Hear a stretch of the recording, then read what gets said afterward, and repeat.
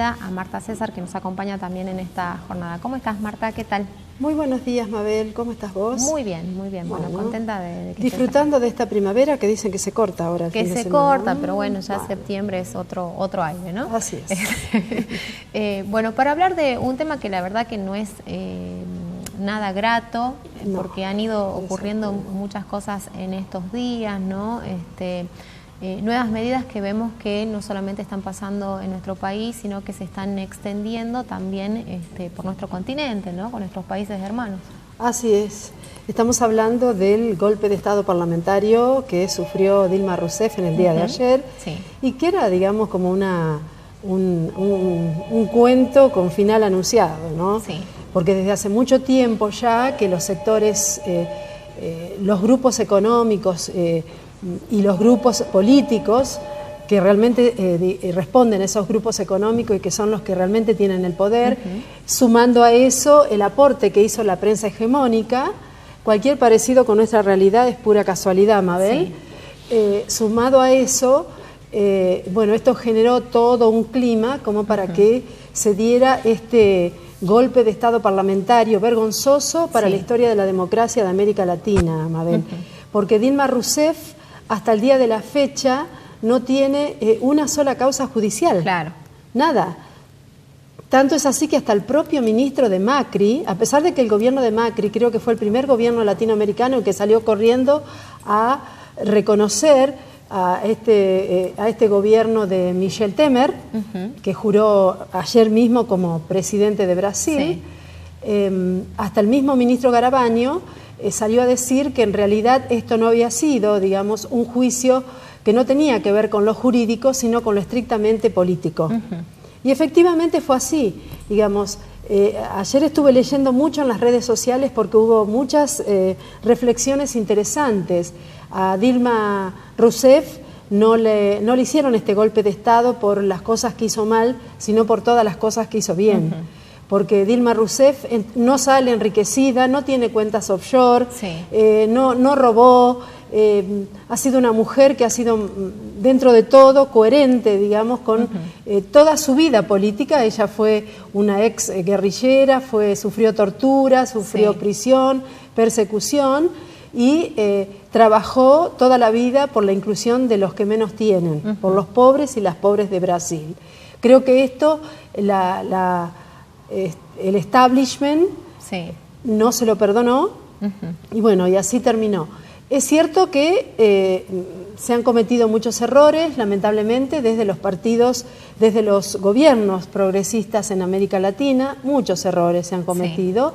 Y bueno, la derecha, que siempre está vigilante y atenta, no perdió la ocasión en esta oportunidad para montarse en algunos errores, y por eso da este golpe de Estado parlamentario en Brasil.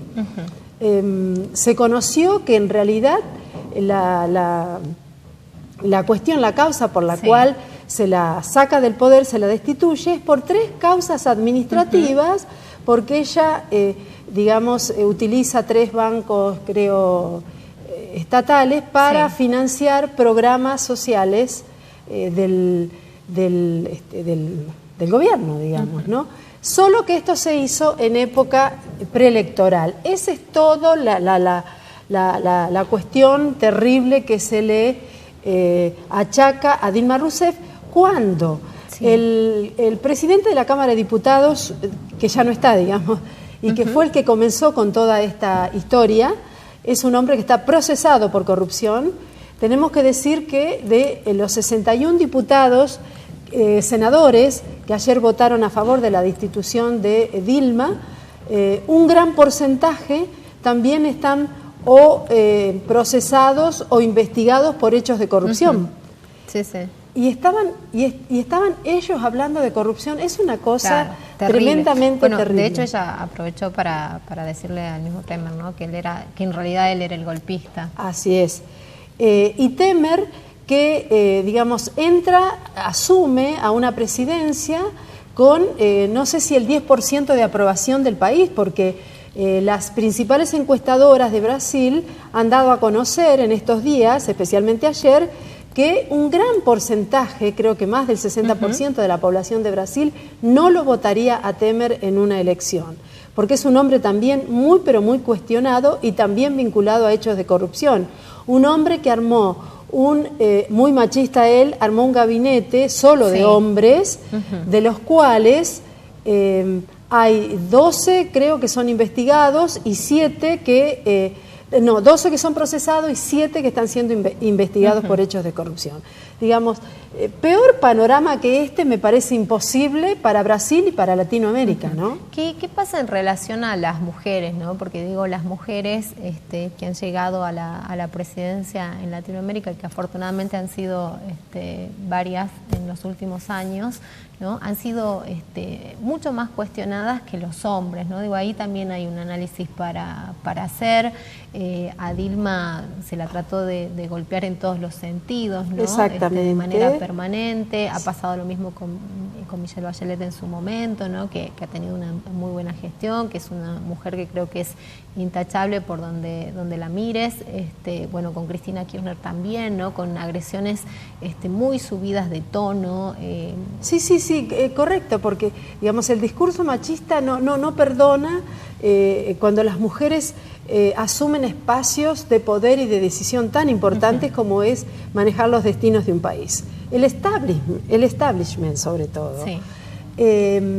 Efectivamente, acá hay que analizar también con una mirada de género todas estas cuestiones, ¿no? Porque todas esas mujeres han sido severamente cuestionadas, agredidas y atacadas también por su condición de mujeres, que si usa una cartera tal, que si se viste así, que si no tiene educación, que si miró para un lado, que si se puso una joya o billutería o lo que fuera que no corresponde. Todas esas nimiedades, todas esas barbaridades también fueron objeto de críticas en los distintos diarios de los distintos países. Si se viste demasiado bien, porque se viste demasiado bien, y si no se viste bien es porque no se viste bien. La cuestión es que siempre hay un ataque, digamos, a la condición de mujer de quienes fueron o siguen siendo presidentas en Latinoamérica, que no han tenido con los distintos presidentes, a muchos de los cuales la historia, pensemos en Menem nomás. Tal cual, sí, el ejemplo que se me venía exactamente, a la mente, no, todo lo contrario. Los diarios en esa época alababan. La frivolidad de él, digo, terrible. Esto de viajar con su peluquero, con toda... exactamente. Y nadie cuestionaba eso, al contrario, ¿no? Exactamente, para nada. Se escribían páginas y páginas alabando la elegancia del señor presidente, por ejemplo, ¿no? O cuando él cambiaba de look también, pero de ninguna manera denigrando, digamos, esas cuestiones, sino alabándolo. Es terrible, se podría hacer una historia realmente haciendo los análisis de los discursos, de los distintos relatos periodísticos, ¿no? A lo largo de la historia en Latinoamérica referida a presidentes y presidentas. Pero volviendo al tema, a lo estrictamente político, realmente es un golpe terrible a la democracia, porque entendemos que últimamente en Latinoamérica ya para dar los golpes de Estado no se necesita de los militares. En algún momento, sobre todo en los años 60 y 70, principios de los 70, se necesitó de las dictaduras militares para dar los golpes de Estado, financiadas por Estados Unidos, obviamente, para dar los golpes de Estado en Latinoamérica. Y ahora ya no se necesita, ya con el aporte nomás de los grupos económicos, de los parlamentarios y parlamentarias, se pueden dar estos golpes de Estado y quedan perfectamente naturalizados por muchísima gente, lo que es lamentable. Bueno, viste que ahí en la última ilustración que estamos pasando, bueno, se habla acerca de un plan Cóndor regional, ¿no? Se preguntan acerca de este golpe institucional que ha sufrido Brasil. Y sí, fíjate, bueno, hablamos del plan Cóndor porque el plan Cóndor fue un plan siniestro, ideado en la época de la dictadura, en la que los distintos gobiernos de dictadores en toda Latinoamérica se pusieron de acuerdo para para hacer lo que hicieron, digamos, cometer crímenes de lesa humanidad para hacer desaparecer personas, torturar y o asesinar. Sí. Personas que de alguna manera estos gobiernos consideraran peligrosas, subversivas, para el orden institucional que ellos impusieron a partir de las armas, ¿no? Bueno, eso fue, digamos, contándolo solo en 2 renglones, es mucho más profundo, el plan Cóndor, porque no tiene que ver solo con lo político, sino con imponer todo un plan económico en América Latina, que se trata de eso siempre, más allá de lo ideológico, porque eso también tiene una ideología, obviamente. El tema es que sí, que se puede pensar, porque mirá lo que pasó con Lugo, también lo quisieron destituir a Rafael Correa, la destituyen ahora a Dilma Rousseff, y en algún momento también quisieron destituirla así a Cristina Kirchner. Acordate qué fue lo que pasó con la gente del campo, y que hacia el público tenían un discurso de que bueno, de que estaban mal, de la cuestión económica, pero interiormente se conoció que no iban a parar hasta que no la tumbaran. Ese era el discurso. Entonces sí que hay, digamos, la postura destituyente de los grupos hegemónicos de poder en Latinoamérica está latente permanentemente. No hay que descuidarse, no hay que descuidarse. Esperemos que no ocurra más esto que le pasó a Dilma. Y esperemos que Dilma, afortunadamente no le quitaron sus derechos políticos, porque hasta eso querían hacer, querían que durante 8 años ella no pudiera presentarse, fíjate vos, y para eso ya no consiguieron los votos, porque ya les pareció demasiado. Entonces Dilma es probable que en las próximas elecciones pueda presentarse nuevamente, de manera tal que... y ahí vemos la imagen, ¿no?, del plan Cóndor, es terrible. Sí, terrible, la verdad. Así es, sí, porque detrás de estos supuestos demócratas que dan estos golpes de Estado parlamentario y de esta derecha supuestamente demócrata que se está enseñoreando nuevamente en Latinoamérica, están estos personajes, la ideología de estos personajes que llevaron a la muerte y a la desaparición de tantas personas. Y el tiempo nos va a decir, porque las represiones salvajes que se están dando ahora, las persecuciones, la quita de derechos, va en ese sentido, va en ese sentido.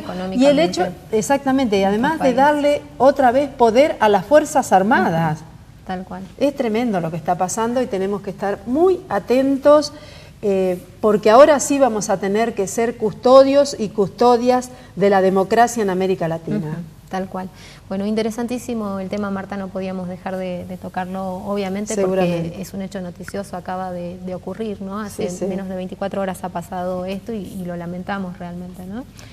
Todos aquellos que pensamos en América como en una patria grande. Sí, yo creo que más que nunca los sectores populares ahora hay que unirse, el campo popular se tiene que unir, porque creo que vienen momentos muy tristes y muy duros para nuestro país y para América Latina en general. Bueno, muchísimas gracias, Marta, gracias por acompañarnos, que tengas una excelente jornada, te espero la semana que viene. Gracias, Mabel. La pases muy bien. Nos vamos a la pausa, ya volvemos.